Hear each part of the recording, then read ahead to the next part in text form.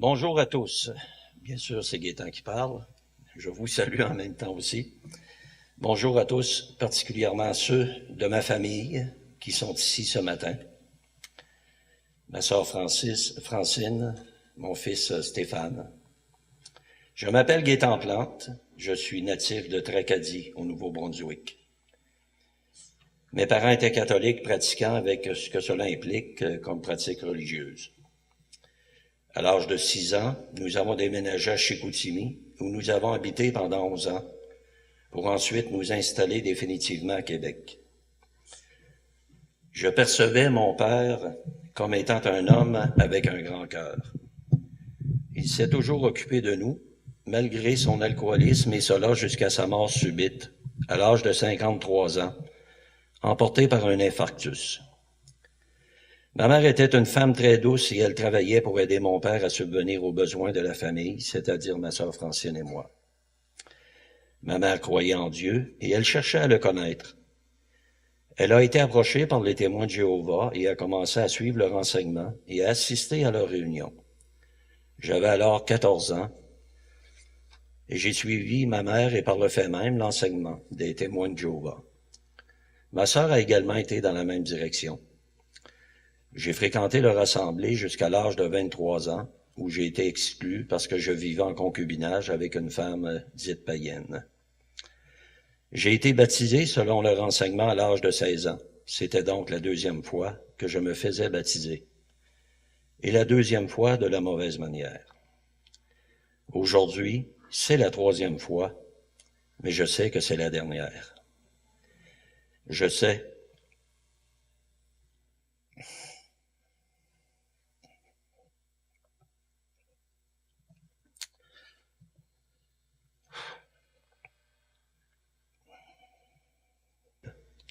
À l'âge de 14 ans, j'ai commencé à pratiquer les arts martiaux. En 1992, avec un ami, nous avons ouvert une école de style Jiu-Jitsu et j'ai pratiqué cette discipline jusqu'à l'âge de 46 ans. À 23 ans, donc, j'ai connu celle qui a été la seule femme de ma vie et qui l'est restée jusqu'à sa mort, il y a maintenant un peu plus d'1 an. En 1969, nous avons eu un fils, Stéphane, qui est avec nous ce matin. À la même époque, mon père est décédé, et bien que j'étais heureux d'avoir connu André et d'avoir un fils, j'ai cependant commencé à boire activement jusqu'à l'âge de 42 ans. Ma mère aussi s'était mise à boire et elle a été exclue des témoins de Jéhovah suite à cela. Elle est décédée à l'âge de 57 ans, souffrant d'emphysème, car elle fumait beaucoup. J'ai travaillé dans plusieurs domaines dans ma vie. Je pratiquais aussi la pêche et la chasse, qui était vraiment une passion pour moi. Pendant toutes ces années, j'avais l'impression d'être vide intérieurement, et il semble que rien ne pouvait venir combler ce vide. Aujourd'hui, je sais que j'avais soif de Dieu, mais que malheureusement, l'enseignement que j'avais reçu de différentes sources ne permettait pas que je puisse étancher cette soif. À l'âge de 48 ans, ou suite à des événements qui me semblaient hors de mon contrôle, j'ai pris ma carabine et je me suis tiré une balle sous le menton.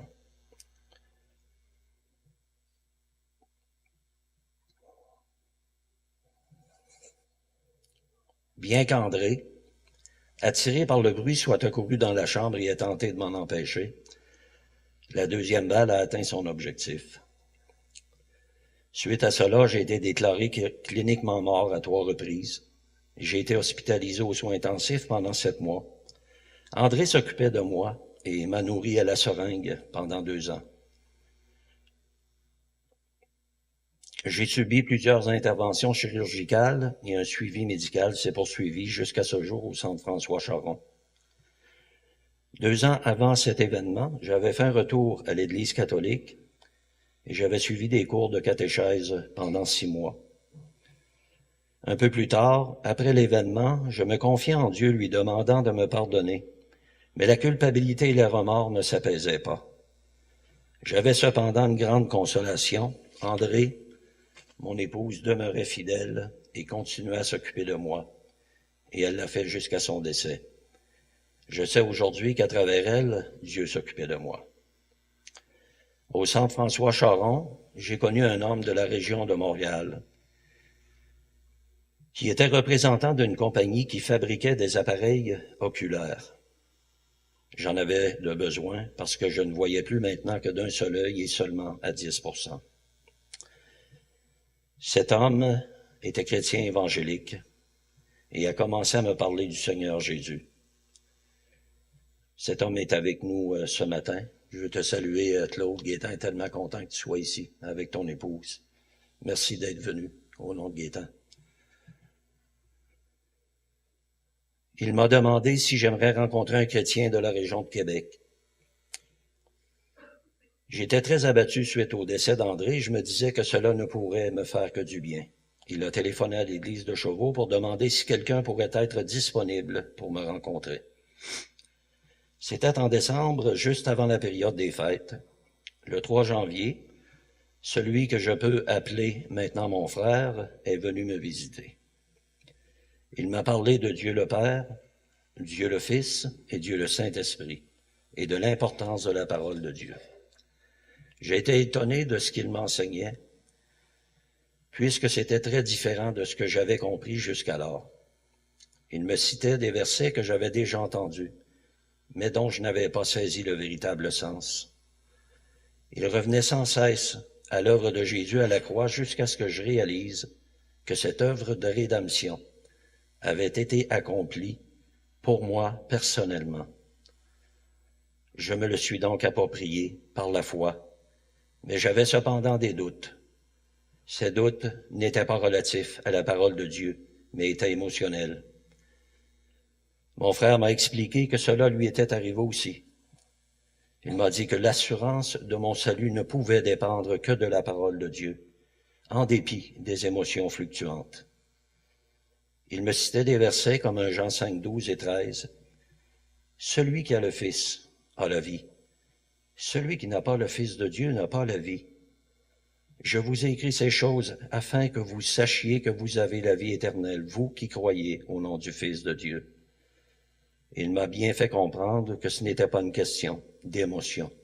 Le verset ne dit pas afin que vous sentiez émotionnellement que vous avez la vie éternelle, mais bien que vous sachiez que vous avez la vie éternelle. Et le verset ne dit pas que vous aurez la vie éternelle, mais bien que vous l'avez au moment où vous croyez. Puis cet autre verset de Jean 10 où Jésus dit « Je suis le bon berger ». Le bon berger donne sa vie pour ses brebis. Mes brebis entendent ma voix, je les connais et elles me suivent.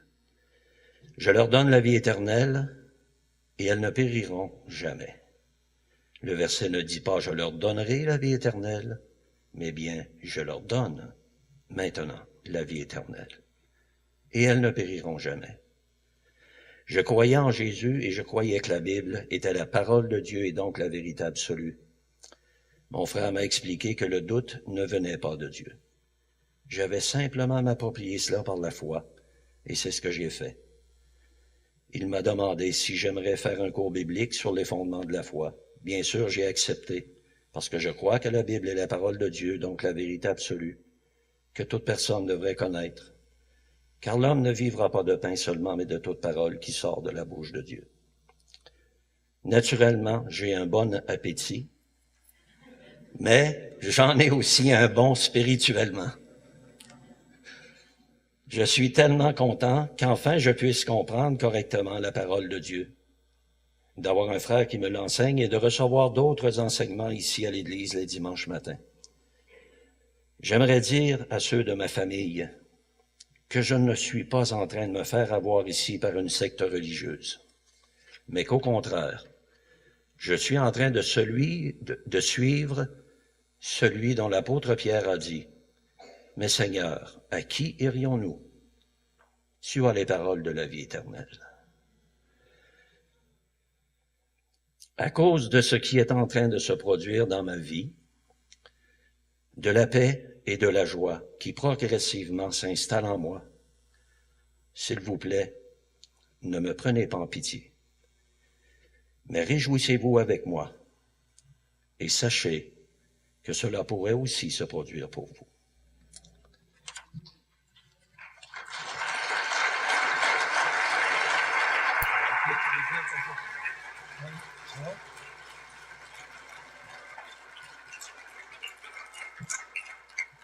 Merci à ceux qui sont ici, ainsi qu'à nos familles, ainsi qu'à mon grâce amie Claude Stéphane et sa femme Sylvie, ainsi qu'à mon frère Denis, qui est venu sur l'introduction en Alsace.